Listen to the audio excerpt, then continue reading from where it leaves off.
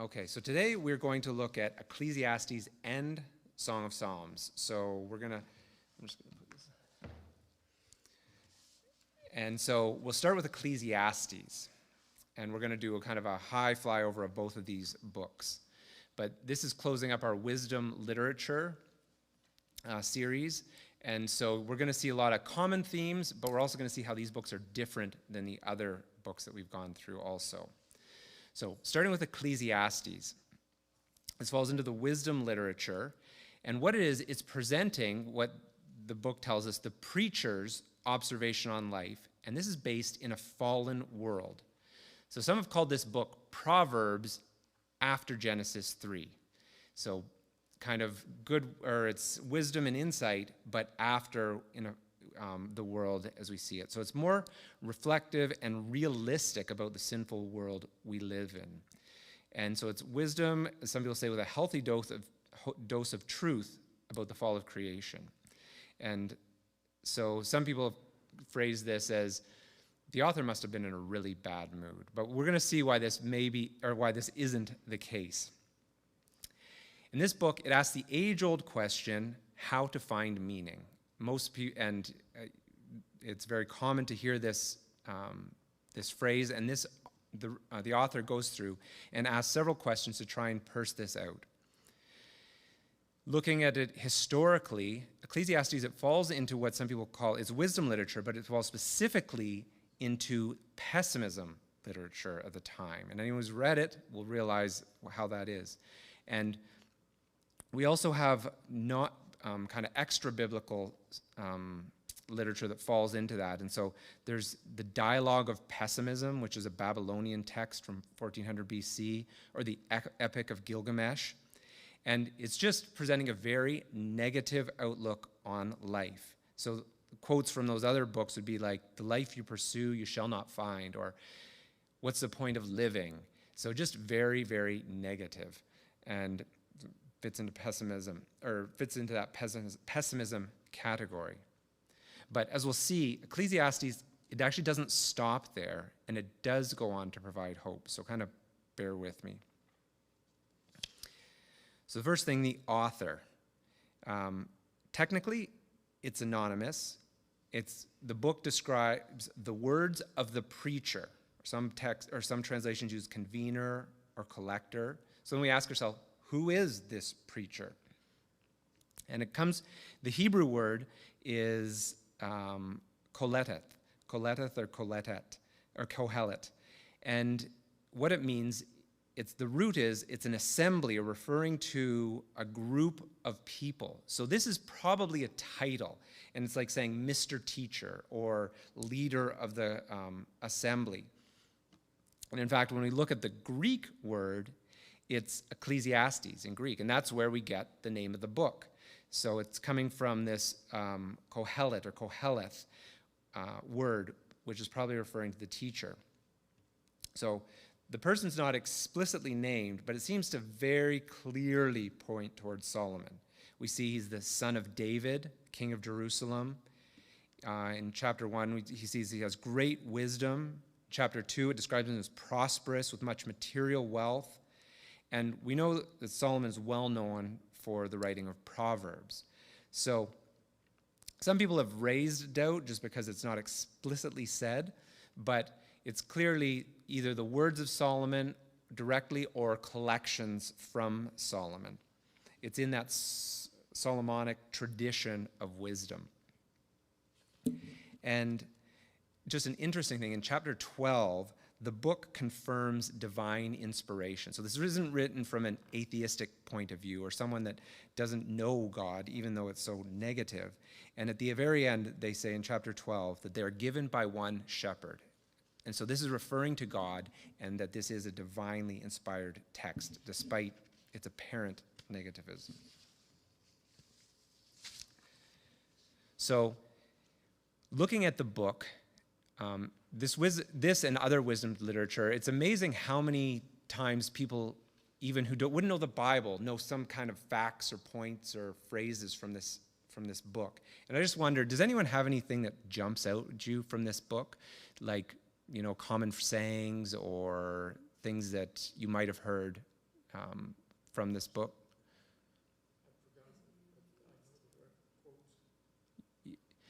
Yeah. Everything's meaningless. How many times have we heard that? Of the making of books there is no end, and study is a wearing unto the flesh. I have that on my desk.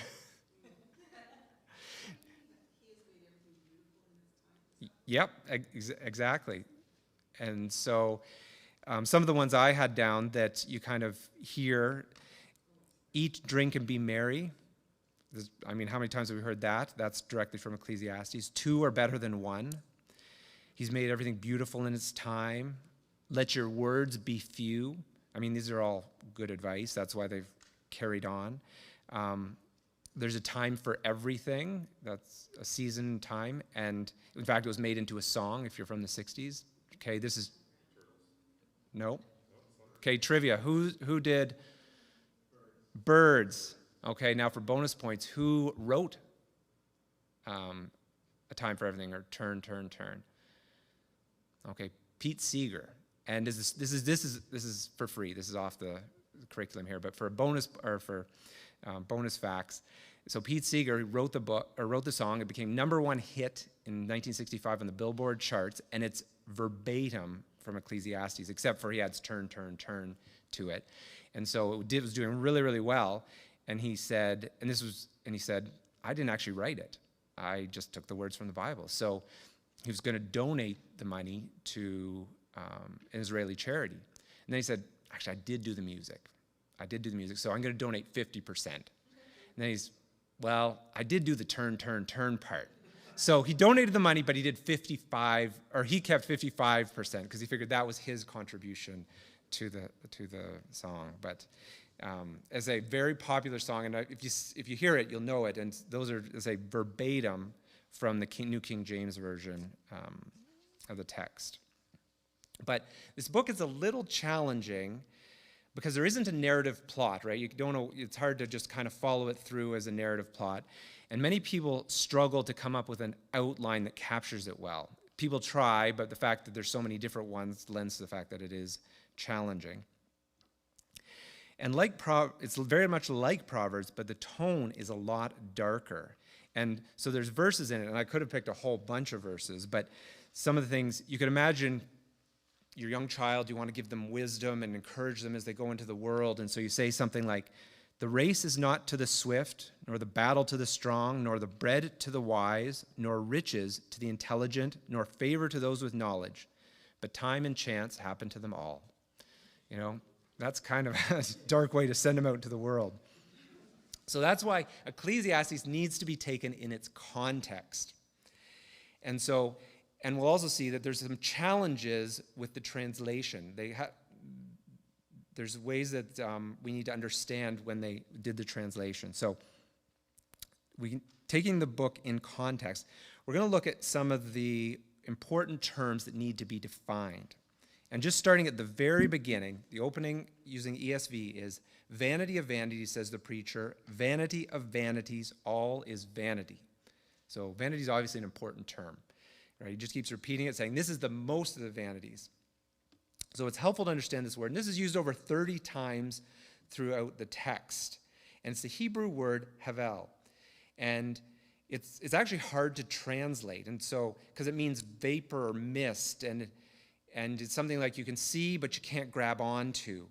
And so it's metaphorically describing something that's fleeting, elusive, or prone to vanish. So the way we understand why they chose vanity in this case is the context that it was used throughout the book. Because other translations will use futility in the NASB or meaningless in the NIV.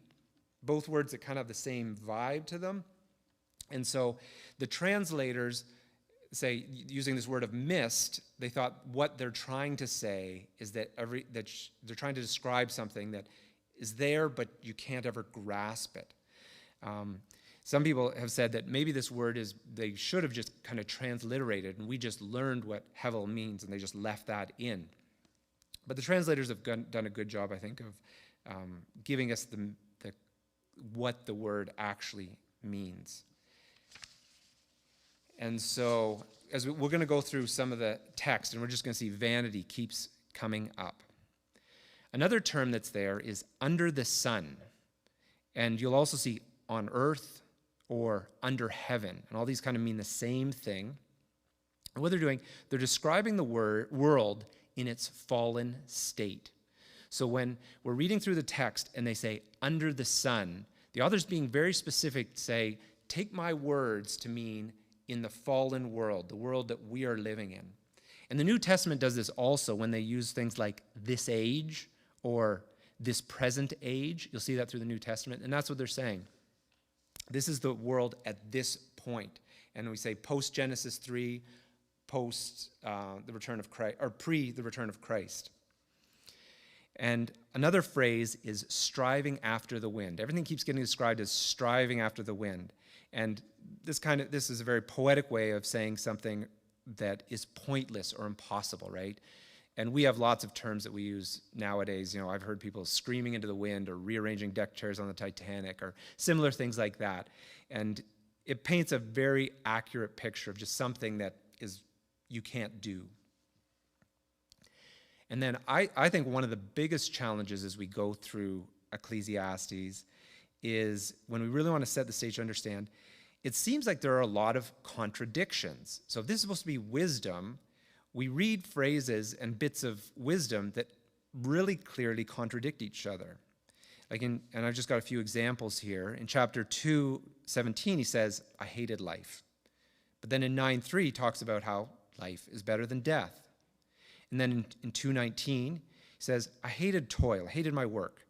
But in 2:10, he describes how he finds pleasure in his toil or his work. And then wisdom, this is wisdom literature. That's what it's written for. It says, in much wisdom there's vexation, and he who increases knowledge increases sorrow. And then later, so it's a very negative view of wisdom. And then later in chapter 7, it says, wisdom gives strength to the wise man, more than 10 rulers who are in a city. So which one is it, right? Are we supposed to have wisdom, not have wisdom? Was work good? Is work bad? And a way to understand these contradictions is the author's trying to be provocative. He's trying to kind of get a rise out of you and wake you up to the realities of the world, right? It's like a team that just wins a game and they come in and the coach says, yeah, you guys are losers. You're only as good as your next game. They're obviously not losers, but he's just kind of saying, take it in its context and move on. And so he's very trying to be provocative. And then the other thing is you have to take each of these in their context. And he often then goes on to, when it sounds like a contradiction, he goes on to explain it. So for example, work. He gives the example of work is hard and meaningless. And we see that. Work can be very challenging, and when you work, you may not be able to take it with you, or the work you do, the proceeds go to someone else who doesn't deserve it or want it. But we also know that work provides satisfaction, work can be very rewarding, and it can provide for your needs. You can be very successful in your work. So both things are true. It doesn't mean it's a contradiction. It's just in this fallen world, that's the understanding that we need to have. And so, I have another example of work where he says, there's a grievous evil I've seen under the sun. Riches are kept by the owner to his hurt, and the riches are lost in a bad venture.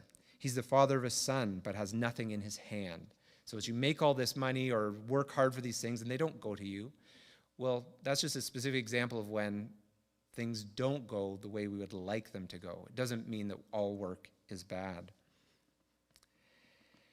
So coming back to, so that just kind of sets the stage and shows some of the words and the translation issues that we see with the text.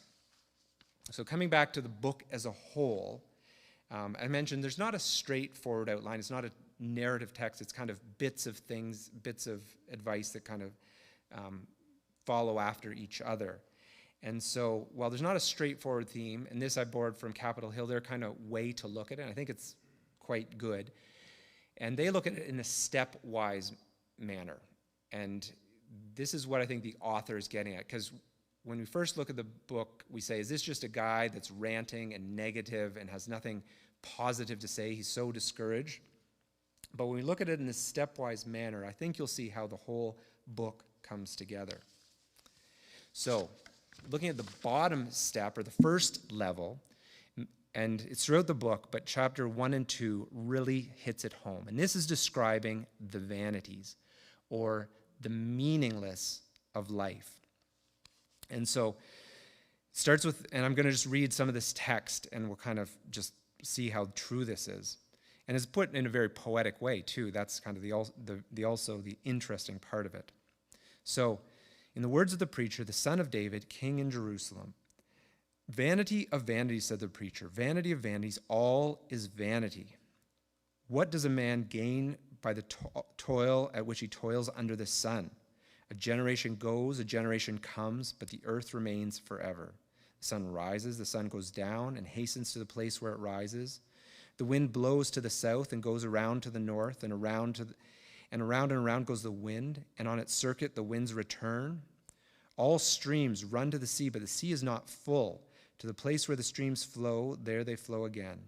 All things are full of weariness, and man cannot utter it. The eye is not satisfied with seeing, the ear is not filled with hearing.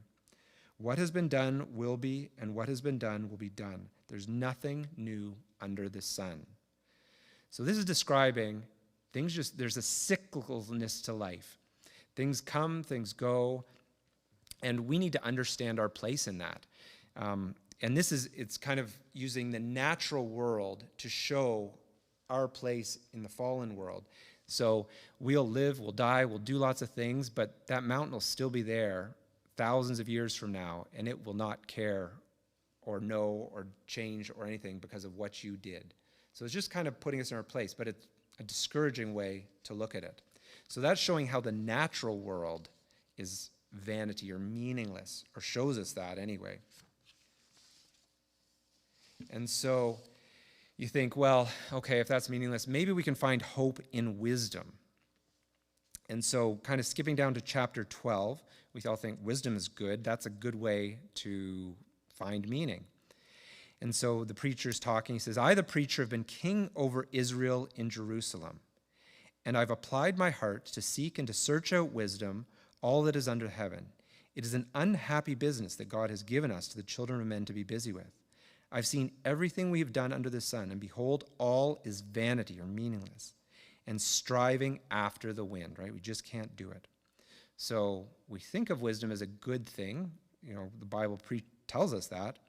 But if we look at it outside of God and under the sun, this is not the way that you're going to find meaning.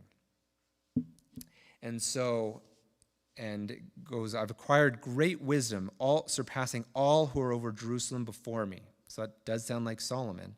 And my heart has had great experience of wisdom and knowledge, and I applied my heart to wisdom to know madness and folly. And I perceived that this is also just striving after the wind. So nature kind of showing us that that we're just kind of these specks on the earth. Wisdom is not going to find meaning, even spoken out of the words of mouth of someone who, as far as we know, had the greatest wisdom. And so if all that's the case, why not just find meaning in pleasure? Just enjoy life. Well, he addresses that too. So going down to chapter 2, he says, in my heart, come now, I will test you with pleasure and enjoy yourself. But behold, this also was vanity. I said of laughter, it's mad, and of pleasure, what use is it? I searched with my own heart how to cheer my body with wine, my heart still guiding me with wisdom, and how to lay hold on folly till I might see what was good for me, the children of man, to do under heaven during the few days of my life. I made great works. I built houses and planted vineyards for myself. I made gardens and parks and planted them in all kinds of fruit trees. I made for myself pools from which to water the forest of growing trees. I bought male and female slaves and had slaves who were born in my house. I had great possessions and herds and flocks, more than any who had been before me in Jerusalem. I gathered for myself silver and gold and the treasure of kings and provinces. I got singers, both men and women, many concubines, the delight of the sons of man. So I became great and surpassed all who were before me in Jerusalem. And also my wisdom remained with me. And whatever my eyes desired, I did not keep from them. I kept my heart from my heart no pleasure, for my heart found pleasure in my toil, and this was my reward for my toil. Then I considered that my hands had done with the toil and experienced doing it. And behold, all of this was vanity, striving after the wind, and there was nothing to be gained under the sun. So we see, and I think this is probably the view of a lot of people in the world today. You know, we're going to live and die. Let's just do the most we can to maximize our pleasure and fulfillment. And this is spoken from a guy who had everything at his fingertips. And what was his conclusion? It was all meaningless, striving after the wind. And so it just keeps reinforcing that no matter what we try and use to find fulfillment, we won't be able to get it if we're looking under the sun. And as I say, it's hard to argue with someone who has accomplished so much and is so wise, as obviously as he describes himself. And so then it goes on and it talks about work. You know, can we find meaning in our work? And I think a lot of people follow this path also. And so skipping down to 2:18, he says, I hated all my toil in which I toil under the sun, seeing that I must leave it to the man who will come after me. And he goes on to say, what is a man from all the toil and striving of the heart from which he toils under the sun? All his days are full of sorrow, and his work is a vexation. Even in the night his heart does not rest. This also is vanity. So, in this first step, we've gone through the natural world, which kind of highlights the meaninglessness of life, wisdom, going after that, finding pleasure or maximizing your pleasure, or just working hard and finding fulfillment in that. So I think we all, if we haven't done it ourselves, know people, and you see celebrities or well-known people, and they'll admit, I just want more. It's not giving me what I want, even though they seem on the outside to have everything. And so this is exactly what the author is telling us. So I'm glad that's not where the book stops. So that's when we come to the second part. So we're very happy that everything is meaningless, there's no hope. But that's where we kind of get to this second level. And we've had all this bad news. And we start to see that the preacher knows to be true what they know. It's based on faith. And he says that, and so these things, they're temporal and fleeting, but there are good things that come from God. And so the author goes on in for example, in chapter 2:24, and he says, there's nothing better for a person that he should eat and drink and find enjoyment in his toil. So here he's saying that it's actually not a bad thing to find pleasure in your toil and to eat and to drink and enjoy these good things. This also I saw is from the hand of God. For apart from him, who can eat or drink or eat or have enjoyment? For to the one who pleases him, God has given wisdom and knowledge and joy. But to the sinner, he's given the business of gathering and collecting, only to give to the one who pleases God. This is vanity and striving after the wind. And then in chapter 5, he says, behold what I've seen to be good and fitting. So he's talking about good things, to eat and to drink and find enjoyment in all the toil which one toils under the sun, the few days of his life that God has given him, for this is his lot. Everyone to whom God has given wealth and possessions and power to enjoy them and to accept this lot and rejoice in his toil, for this is a gift from God. For he'll not much remember the days of his life, because God keeps him occupied with the joy of his heart. So these are good things, right? Your work and your food and enjoying the enjoyment of others. And these are gifts that we can enjoy life and not be so negative, and they're from God. They're quite explicit. But the big caveat is that these are fleeting, and we're not able to control and hold these things. So we get a taste of Genesis 1:2 when things are perfect, but we see how these actually play out in a Genesis 3 world. And so we can humbly receive these things of the world, for they're gifts from God, and they might be fleeting and not always go the way we should or expect them to, but just because they're fleeting and not permanent, it doesn't mean they're any less of a gift. And in fact, that just emphasizes that this is not where we're going to find our meaning. We need to look beyond that. And so a good way to look at it is these are gifts, but you need to receive them with an open hand, because they are gifts and you get them when you do, but they may be gone. But it doesn't mean they're any less of a gift. And that brings us back to there is a time for everything. And so then the author brings us to this third level of understanding. So we saw the earth and how everything on it seems meaningless, but God does give us good gifts and things we can enjoy. Our work, pleasure, food, being with others. But these aren't the final answer. This is not where it stops. So level 3 takes us to the eternal. And we see how the author or the preacher doesn't shy away about talking about death. And this brings us back to that age-old question, what is the meaning of life? And in chapter 3, verse 17, he says, I said in my heart, God will judge the righteous and the wicked, for there's a time for every matter and every work. I said in my heart with regard to the children of man that God is testing them, that they may see themselves are but beasts. For what happens to the children of man and what happens to beasts is the same. As one dies, so does the other. They all have the same breath, and man has no advantage over the beasts, for all is vanity. All go to one place. All are from dust, and to dust they shall return. So it's basically saying we're like animals, and we're all going to die. We're all going to dust. And you may have even heard some of these terms or some of these phrases at funerals. And so this is when the author's kind of bigger understanding of what is beyond life under the sun, because there will be an end for everybody. And so while there is death, there's also judgment. And this truth that the preacher eventually hits home with the fact that everything actually does have eternal significance or has meaning, because it will be judged by God. So he keeps saying meaningless, or vanity, vanity, but in the end, he's actually making his point that everything is meaningful because we will all die and have to face judgment from God. In 3:11 it says, he's made everything beautiful in its time. Also, he's put eternity into man's heart so that he cannot find out what God has done from the beginning to the end. So here's where he's saying, this is where we're looking out from beyond the life under the sun.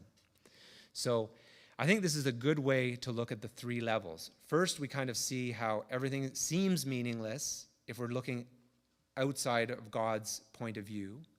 We see that there are good things in this meaningless world, and those are provided by God, and we should accept them as gifts from God, but that's not the end. That's not where we find meaning. We are all going to die and face judgment, and that is where we need to, and that's where we understand that everything truly does have meaning. So basically, we need to live life in light of eternity. Excuse me, when it gets to the point of saying the service of your fellow man, if you bow to the service of your fellow man, there's joy in that. So he doesn't say that? Does he? Does he get around to that? He doesn't say that. He does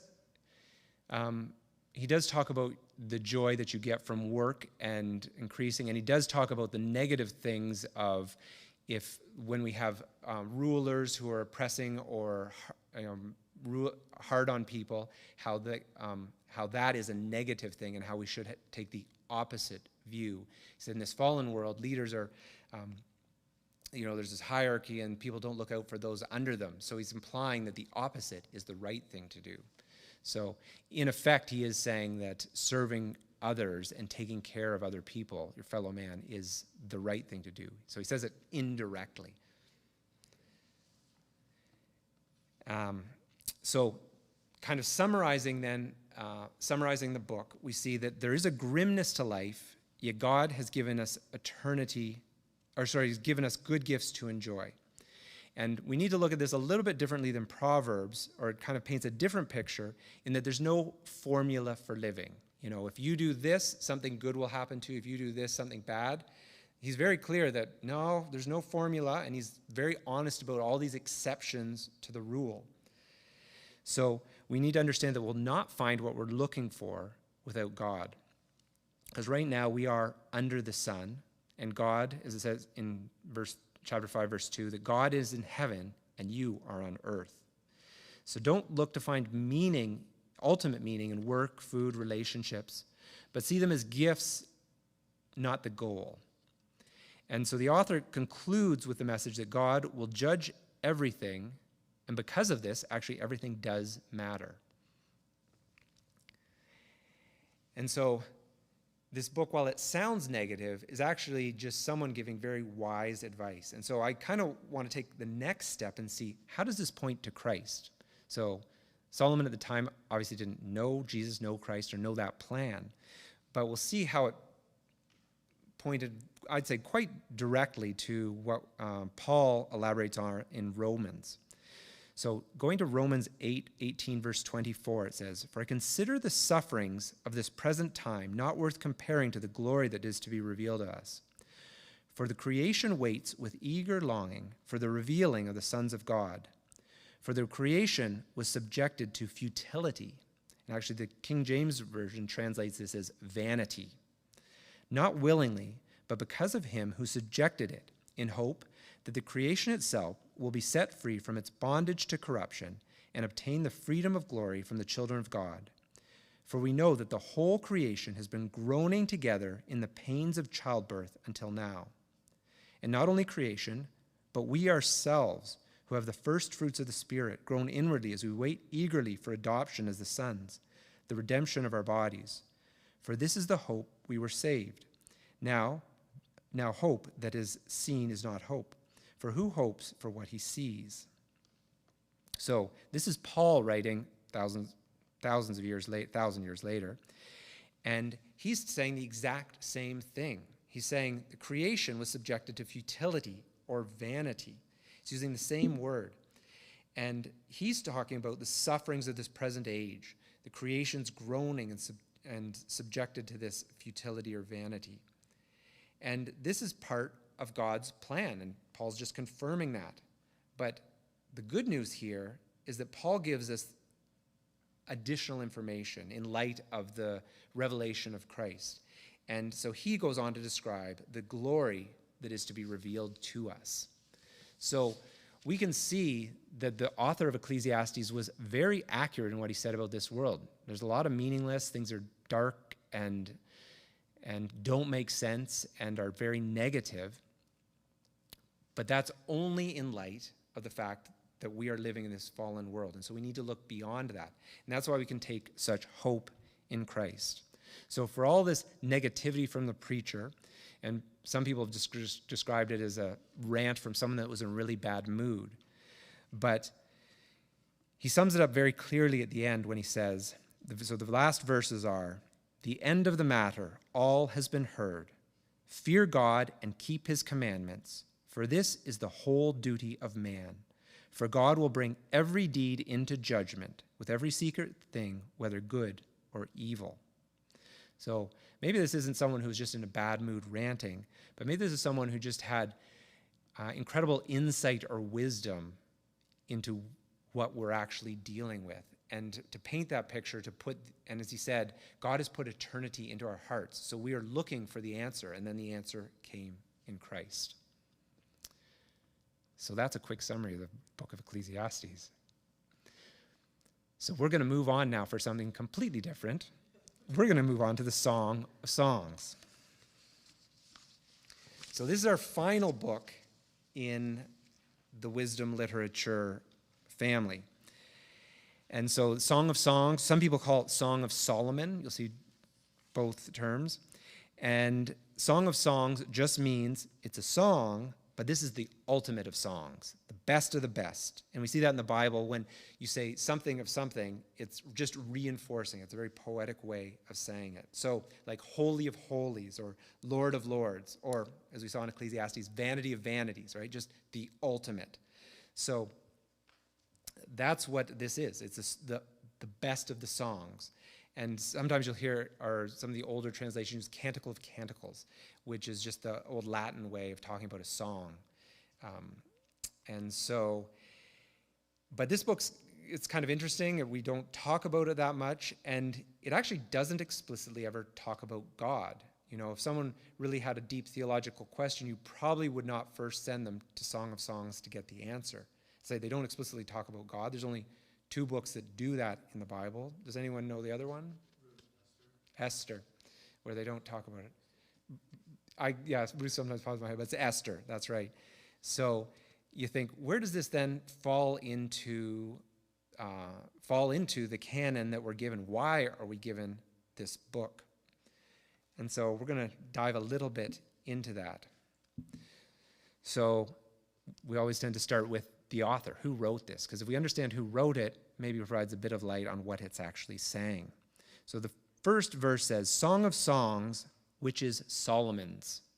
So it seems to be pointing towards Solomon. Seems to strongly imply that. We know Solomon wrote a lot of things. In 1 Kings 4:32, it talks about how he wrote many bits of wisdom literature. And so it seems pretty clear that Solomon wrote this, but not everyone agrees with this, and I don't think that's wrong, but some people point out that, well, it's a bit grammatically ambiguous when it says Song of Songs, which is Solomon's. And then some people bring up the other question. They say, this actually doesn't sound like something Solomon would write. When we see some of Solomon's life, we see that in his early life, he had a marriage alliance with the Pharaoh of Egypt, marrying the Pharaoh's daughter. And the shepherdess who works in a field that we read about or the country girl doesn't exactly fit with that person. We know that Solomon had many, many wives. He had a harem. And this book seems to be talking about the exact opposite, right? This is one true love and talking about the relationship there. But I just want to say that doesn't exclude Solomon as the author. Some people have proposed that maybe this was written very early in his life when he's kind of describing the ideal, what should have been the ideal that he did not follow. Or it could have been written at the end of his life when he looked back and saw that this wasn't the ideal, and he's almost in repentance writing what it should have been. Regardless, it doesn't change the context of what we read. And there's no reason that Solomon could not have written it. But that's why some people might say that he was not the author, even though it uses his name explicitly in the text. It's probably written around 960 to 931 BC. And this is just kind of trivia or people that look at these things. It's very interesting how they try and date these books. And so they figure when you read through the text, there's little clues that tell you when it might have been. And so they talk about the towns of Shunem and Tira, and they were located in the northern part of Israel. So this probably, if you're going to make those references, probably before the country divided. That's the argument. Or Tira was, for a very short period of time, the capital of the northern part of Israel. And so it's kind of compared favorably. They said, as wonderful as a city. Well, you might say that about a capital city, but not about another that used to be the capital. So all these things kind of, while indirect, kind of narrow down and point to a timeline. Again, these things are interesting, but they don't really affect the content of the book. So what is the book? Well, if you read it, it's a poetic expression of love. It's a love poem. And some of it contains very passionate descriptions between a man and a wife, and some people might say kind of very intimate and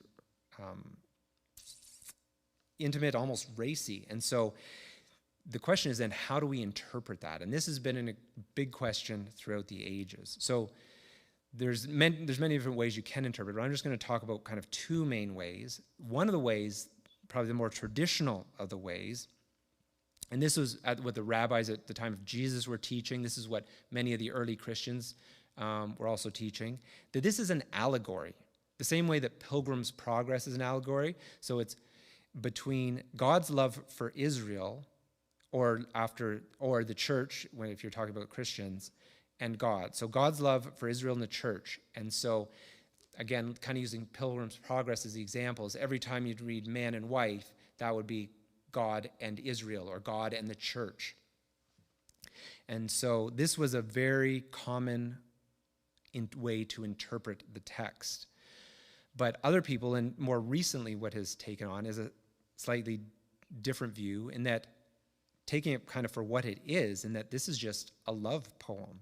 It's talking about biblical love between a man and a woman. And you can read it and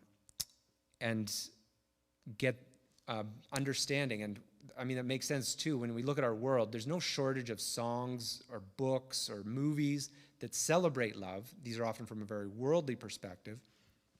But this is just the Bible's answer to that, or the Bible's doing the same genre, but doing an example of biblical love. And what it does is, you read through it, it's advocating a monogamous marriage between a bride and a groom, and it's celebrating passion and commitment, and says, "My beloved is mine, and I am his." So if you take it the first translation, or the first kind of way to interpret it, you'd say that's between God and the church, or God and Israel. But the second way is just like that, this is how God views a healthy biblical marriage. So Song of Psalms, it can be seen as an illustration of God's love for his people, so we can still make that extension, but not an allegory per se. So not a just reading it for, interpreting each word for what it isn't, or each word for meaning something else. I think we can take it more at face value. And so looking at the book, there's no clear outline. And many people have different ways of interpreting it, because it's not a real linear flow. It's not a clear story.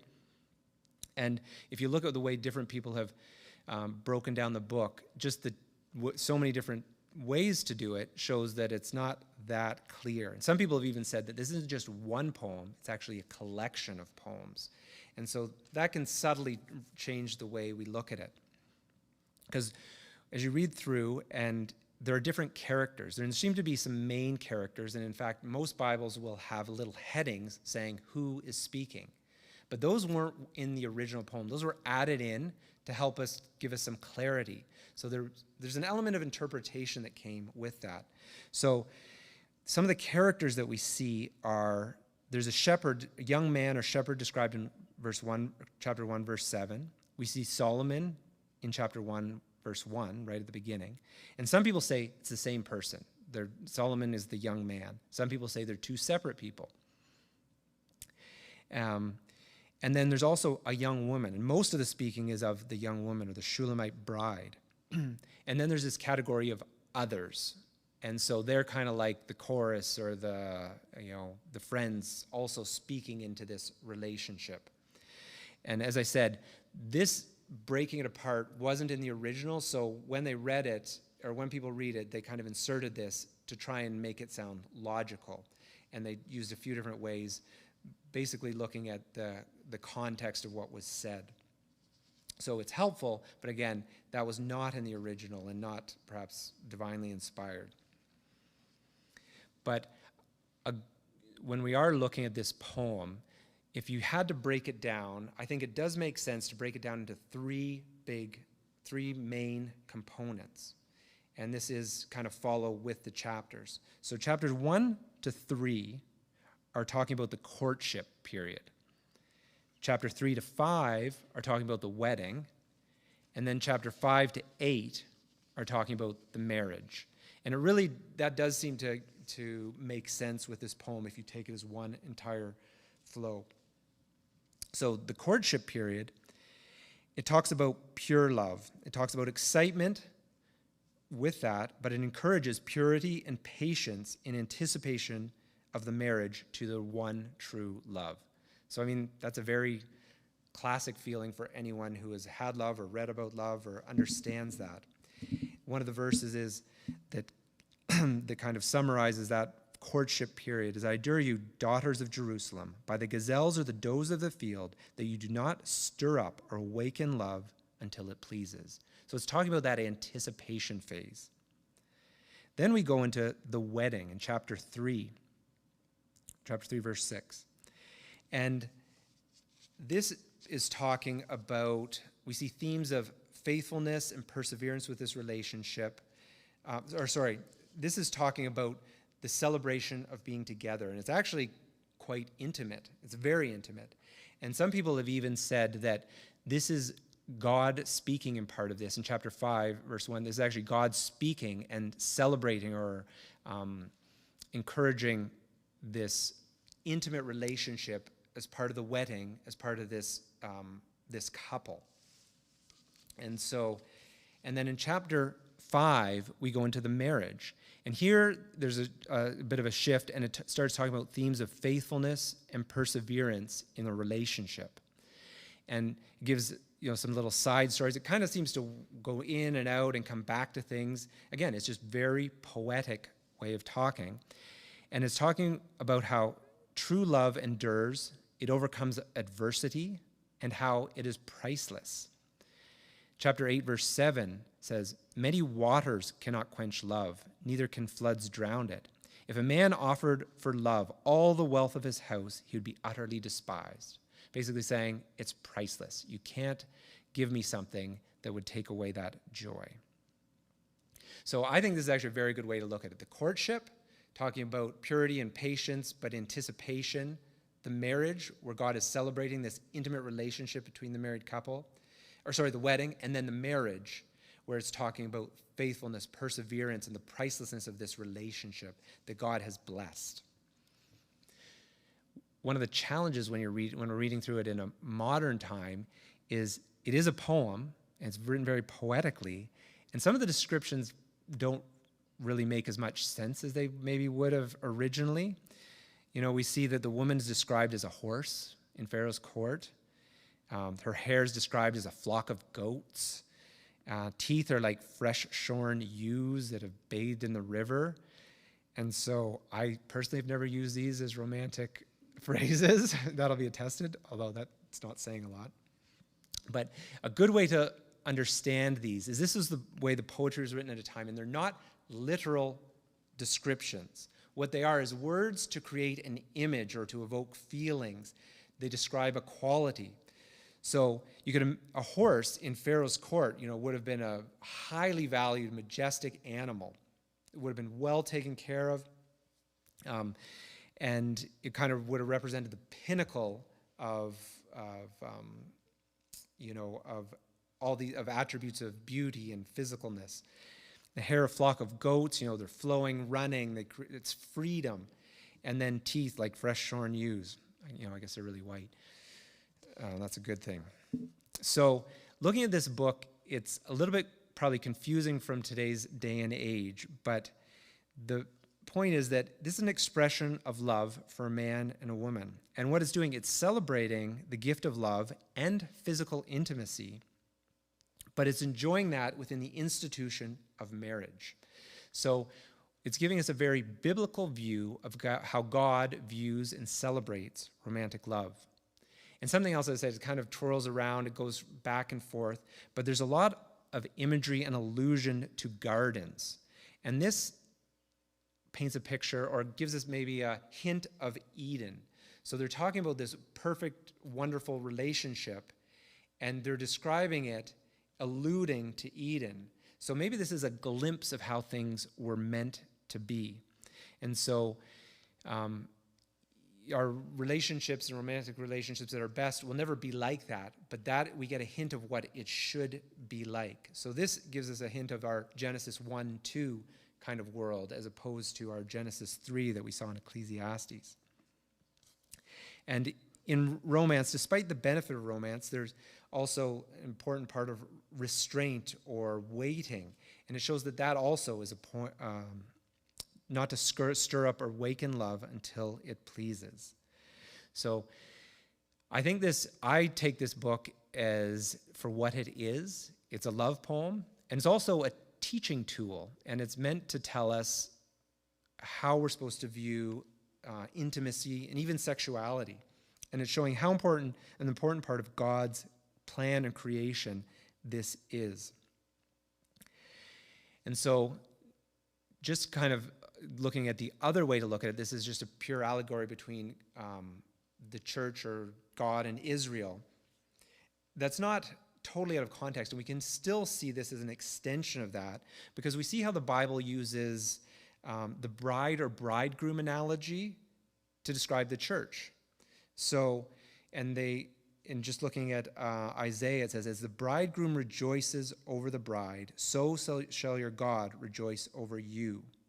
So we see what a perfect or wonderful marriage relationship is, and then God says, my relationship with you is the same. Or, that's what he uses as an example, because that is such a wonderful relationship. And so there is all that tie-in, and it all does tie together. And so I think that is how it all points to a relationship for God. And so even though it doesn't mention God explicitly, it talks about something he has given us in this institution of marriage, but it also says how when God uses bridegroom analogy, how wonderful our relationship is with God. And so I think that's what we can take out of Song of Solomon's. Song of Song or Song of Solomon's. Okay. Does anyone have any questions? We're just kind of right at time here. Okay. This is like a foreign language to our present generation. It is. So just saying that. There's no delay, there's no... No. And so that's why I think this book, people often ask, why is the Song of Solomon's put into the canon?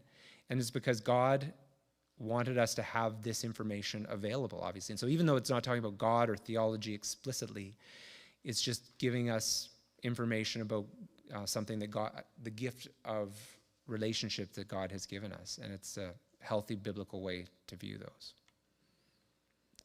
Okay. In that case, I'll just close in a word of prayer here.